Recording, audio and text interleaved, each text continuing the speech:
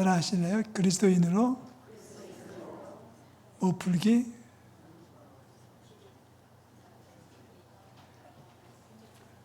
제가 인간적으로 한마디 할게요. 속 터져요. 그리스도인으로 문제 풀기. 자, 지난주의 말씀을 한번 회상해 주시면 좋겠습니다. 문제를 푸는 것이 끝이 아니라 문제를 푸는 과정을 통해서 하나님께 영광이 돼야 된다. 이게 그리스도인이 문제를 푸는 방법이다. 아멘. 따라 하시죠. 그리스도인으로 원수 갚기. 오늘의 주제입니다. 그리스도인답게 원수를 갚는 것은 어떻게 하는 것인가? 자, 대답을 아시는 분들이 많이 계시더라고요. 오늘 그 문제를 풀어보면서 은혜를 나누고자 합니다.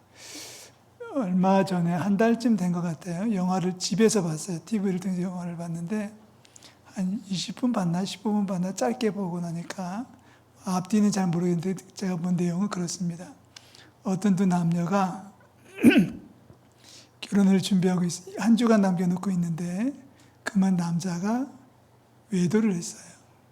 한 일주일 남겨놓고 남자가 다른 여자를 만났어요. 그 사실을 알게 된 여자가 기분 나쁘다고 술집에 가서 술 마시고 어떤 남자를 만나서 하룻밤을 같이 보내요. 술이 깨고 나니까 너무 가슴이 아파서 교회를 찾아가서 목사님, 그 교회 교인은 아닌 것 같더니 문이 열려있길래 들어갔더니 목사님이 계셔서 목사님한테 물어요. 이렇게 자초지종을 설명하면서 이렇게 됐습니다. 그랬더니 목사님이 뭐라고 했을까요? 잘했다고 했을까요? 잘못했다고 했을까요? 목사님의 메시지는 그거예요. 그리스도인이라면 그렇게 행동하는 게 아닐 겁니다. 내가 당했다고 그래서 그대로 복수하면 세상 사람은 그렇게 살 수 있겠죠. 저는 말씀을 준비하면서 그런 문장 하나를 썼어요. 세상에서 제일 바보가 누구냐면, 특별히 믿는 사람 가운데 제일 바보가 누구냐면, 죽을 때 아들한테, 딸한테 내 원수를 못 갚았으니 네가 대신 갚아달라 라고 말하면 신앙적으로 보면 바보예요. 믿음의 생활 잘못한 거예요. 여러분 아시는 것처럼 원수 갚는 것은 내가 하는 게 아니라 하나님이 갚아주시는 거예요. 그래서 그 목사님 17절 말씀을 인용하시더라고요. 한번 읽어볼까요? 17절 말씀. 아무에게도 악을 악으로 갚지 말고 모든 사람 앞에서 선한 일을 도모하라. 목사님 이 말씀을 읽어주시더라고요. 암송하시는 거죠. 누가 나한테 악을 행했다고 같이 악으로 갚는 것은 그리스도인다운 모습은 절대 아닙니다. 누가 나한테 악을 행했다고 그래서 악을 악으로 갚지 말고 거꾸로 선으로 갚을 수 있다면 최고입니다. 그 다음은 모르겠어요. 영화를 더 이상 안 봐서 결말은 모르겠는데 결혼을 했을지 아니면 파혼이 됐을지 인생이 망가졌는지는 모르겠는데 그건 그분들한테 맡기고 우리 문제만 따지겠습니다. 악을 악으로 갚는 것은 그리스도인다운 모습이 아니다. 그래서 19절에 이렇게 얘기하죠. 너희가 친히 원수를 갚지 말아라. 이렇게 얘기합니다. 원수를 친히 갚지 말고 하나님 앞에 직고한다는 얘기를 하는데, 자, 기도를 어떻게 할까요? 이렇게 기도할 수 있을까요? 하나님, 저 사람이 저를 힘들게 하니까 하나님 때려주세요. 좀 더 심하게 얘기해. 하나님, 저 사람이 나를 괴롭게 하니까 하나님, 저 사람 좀 죽여주세요. 라고 하는 것은 기도가 성립되지 않습니다. 저도 많이 어려웠던 적이 있어요. 저를 힘들게 하는 사람이 있어가지고 정말 저도 그렇게 기도했어요. 하나님, 저 사람 저를 힘들게 하니까 저 사람 좀 혼내주세요. 저 사람 좀 쫓아내주세요. 라고 기도를 했는데 제 경험입니다. 그렇게 기도하고 나서 왜 기도를 끝나면 끝에 하는 말이 있죠. 예수님의 이름으로 기도합니다. 아멘 해야 되잖아요. 근데 그게 안 되더라고요. 제 경험입니다. 군대에서도 당해봤고 살면서도 당해보고 요즘도 그런 사람들 제 주변에 없는 건 아니에요. 저를 힘들게 하고 저한테 손해를 끼치는 사람도 있고 저를 욕하고 다니는 사람도 있고 뒤에서 별별 사람을 다 만나는데 저는 말씀을 붙들고 이겨내려고 노력합니다. 원수를 내가 갚는 게 아니야. 주님께서 갚아주실 거야. 그렇다고 해서 자, 중요한 문제입니다. 기도한다고 그래서 원수 좀 주님께서 대신 갚아주세요.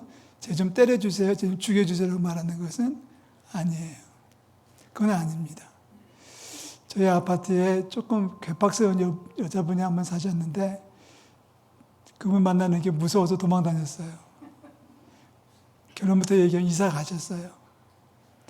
얼마나 괴팍스러우냐면 아마 갑을 사시는 분들은 아실 거예요.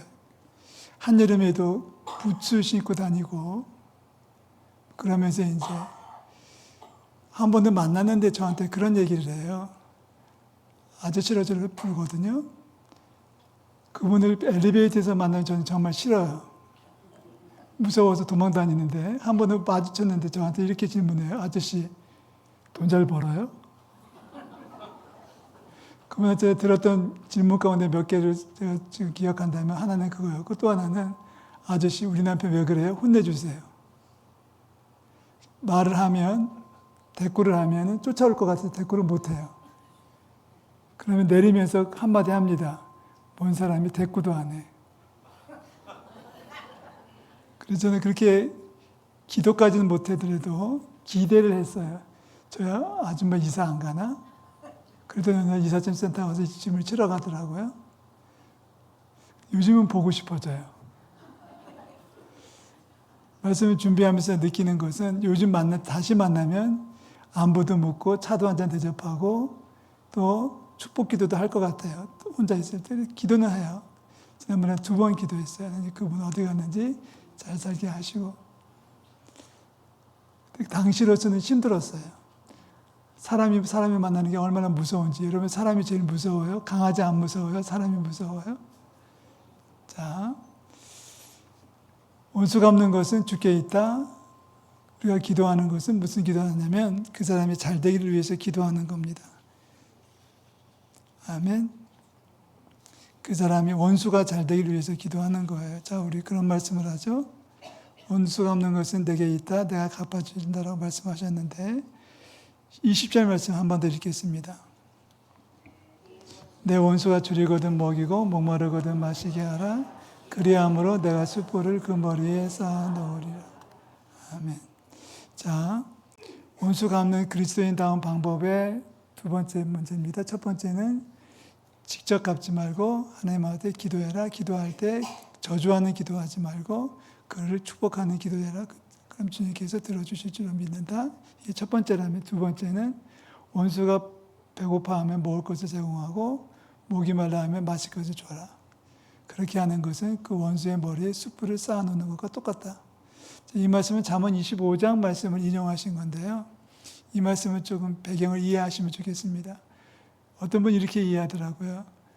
원수의 머리에 숯불을 던져가지고 쌓아가지고 원수의 머리를 태워버리는 거야 라고 말하시면 좀 아니고요. 옛날 이스라엘 백성들은 불이 귀했어요. 불이 귀해서 불을 꺼트리면 다시 불에 살리는 것이 정말 어려웠습니다. 그래서 불씨를 관리하는데 24시간 불씨를 꺼지지 않게 보관하는 것이 지혜였고 책임이었습니다. 그런데 하루 종일 밖에 나서 일하고 돌아오면 불씨가 꺼질 때가 왜 없겠습니까? 불씨가 꺼지면 할 수 없이 옆집 가서 동냥을 해와야 돼요. 그러면 옆집도 마찬가지 불씨가 꺼져가는데 간신히 지금 살리고 있는데 옆집에서 와가지고 불씨를 달라고 그러면 주는 것이 부담스러울 수밖에 없어요. 그런데 사랑한다면 내 집 옆에 사는 사람이 원수 같은 사람이라도 사랑해야 되기 때문에 사랑하기 때문에 불씨를 잘라서 줘야 되는 것이 잠언 25장의 가르침이고 오늘 로마서 12장에서 가르침이 똑같이 나왔습니다.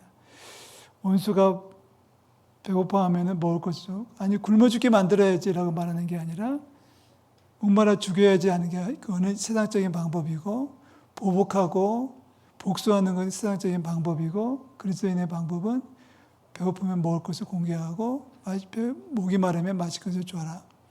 불이 꺼져가면 불씨를 나누어 줘라. 이게 그리스도인의 방법입니다.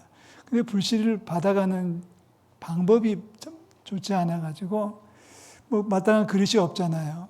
그래서 어떤 여자들은 돌을 갖고 와서 돌을 머리에 짊어지고 거기다 불씨를 받아가는 거예요. 불씨를 받아가는 방법이 머리에 짊어지고 가는 것이 보편적인 방법입니다. 그래서 이 말이 나온 거예요. 이 말이 나온 이유입니다. 숯불을 그 머리에 쌓아 놓으라 하는 것은 네가 할 수 있는 대로 최선을 다해서 그 사람을 도와줘라. 너도 힘들지만 퐁도 잘라서 반쪽을 나눠주는 심정으로 베풀고 사랑을 나누어라 라고 하는 말씀이 원수에 대한 그리스도인의 대처입니다. 지금 표정들이 안 좋아요. 두 가지 생각이 있으실 거예요. 아직도 내 마음속에 미워하는 사람이 있어요. 원수까지는 아니더라도 미워하는 사람이 남아있는 분이 많아요. 그거 해결하지 않으면 하나님을 볼 수 없습니다. 자, 제가 말씀을 몇 군데 찾아볼 텐데요.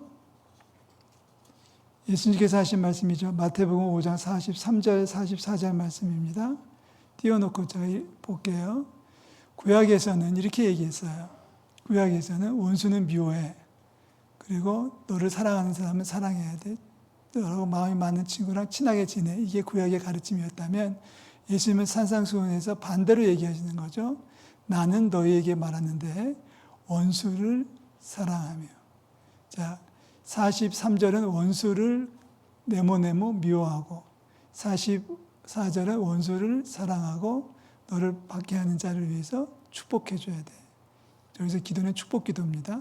기도해 줘야 돼. 이게 이제 예수님의 가르침이에요. 쉽지 않은 건 저도 인정합니다. 저도 어려워요. 저를 힘들게 하는 사람 보면 가슴이 뛰고, 저녁에 잘나면 그 사람 머릿속에 떠오르면 잠도 못 자겠고, 밥 먹다가 떠오르면 밥맛도 떨어지고, 그렇습니다. 저라고 왜 아니겠어요? 그렇지만 우리가 예수 정신으로 산다면, 우리가 그리스도인이라면 원수까지도 사랑하는 우리 성도들 될 수 있기를 축복합니다. 아멘. 아멘 못하시는 분들은 마지막 유언할 때 아들한테 원수 갚아줘라고 하실 분들 같아요.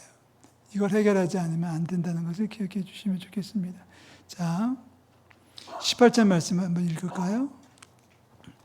18절 다 같이 읽습니다. 할 수 있거든.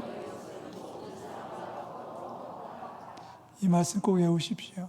할 수 있거든. 어떤 수를 동원하더라도 어떤 방법을 쓰더라도 어떻게 하든지 간에 모든 사람, 누구를 제외시키지 말고 모든 사람과 더불어 화목해야 되는 것이 그리스도인의 모습입니다. 그러니까 우리가 그리스도인이라면 마음속에 누구를 미워하거나 누구를 저주하는 마음이 있으면 그리스도인다운 모습은 절대 될 수가 없다는 것을 기억해 주셔야 됩니다. 이 말씀은 히브리서 12장도 똑같이 얘기했어요. 다 같이 한번 더 읽겠습니다. 히브리서 12장 14절 모든 사람과 더불어 화평함과 거룩함을 따르라. 이것이 없이는 아무도 주를 보지 못하니. 자, 히브리서는 한술 더 떴죠. 모든 사람과 더불어 화평해야 되는데 화평함이 없으면 모든 사람은 화평함이 없으면 어떤 사람을 싫어하면 어떤 사람을 미워하면 누구를 저주하면 하나님을 볼 수 없다.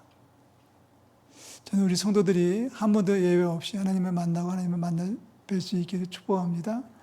그거 하려고 신앙생활 하는 거죠. 그거 하려고 교회 와서 예배하는 거잖아요. 하나님 만나고 싶어서 주의 음성 듣고 싶어서 교회 와서 예배하는데 예배하러 와가지고 누구를 미워하고 있으면 안 된다는 얘기죠. 자, 그 말씀은 제 말이 아니고 예수님의 말씀이죠. 예수님께서 그런 말씀하셨어요. 예물을 제단에 드리려고 왔는데 만약에 형제에게서 원망 들을 만한 일이 생각이 나면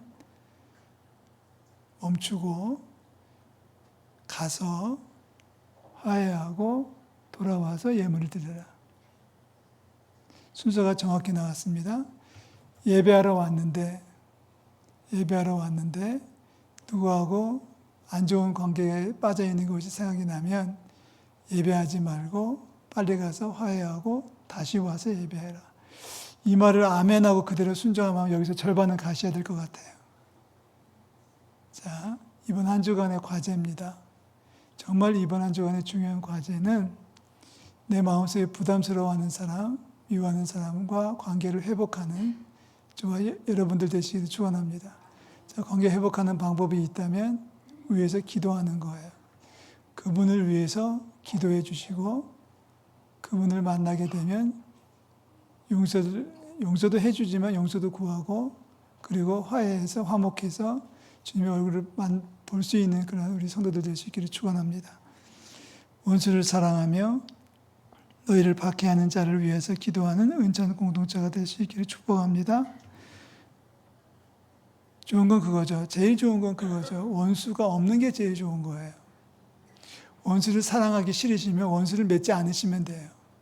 모든 사람과 더불어 화목하라는 말씀을 마음속에 새기고 내 마음속에 누구도 미워하지 않는 저와 여러분들 될 수 있기를 축원합니다. 아멘. 자, 평생 살면서 원망들을 일도 없고 누구를 원망하는 일이 없기를 축복합니다. 천국문에 이를 때까지 모든 사람과 더불어 화평함을 이루어가는 우리 모든 성도들 되시기를 축원합니다. 원수 맺지 않는 것이 제일 큰 축복이고 혹시 어떻게 하다 보니 원수가 맺어졌다 할지라도 불편하다고 할지라도 그를 위해서 마음껏 축복해 주시고 살 수 있으면 좋겠습니다. 이렇게 결론을 내릴게요. 이번 한 주간 따라하시죠. 더 많이 축복하고 더 많이 사랑한다. 좀 진하게 할까요? 이번 한 주간 따라하십시오. 이번 한 주간 놈을 위해서 기도한다. 아직은 그 놈이에요. 아직은 못된 놈이지만 그 놈이 잘 되기를 위해서 기도하면 그 놈이 그분이 될 거예요.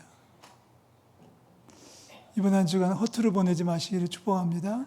정말 우리 마음속에 간직되고 있는 그런 미움과 원망과 저주를 씻어내고 다음 주에 밝은 마음으로 와서 예배하십시다. 축복합니다. 사랑합니다. 우리 옆에 있는 분들 한 번 더 축복하고 사랑할게요. 이번 한 주간 승리하시기를 축원합니다라고 기도해요. 다 일어나시죠. 찬송하겠습니다.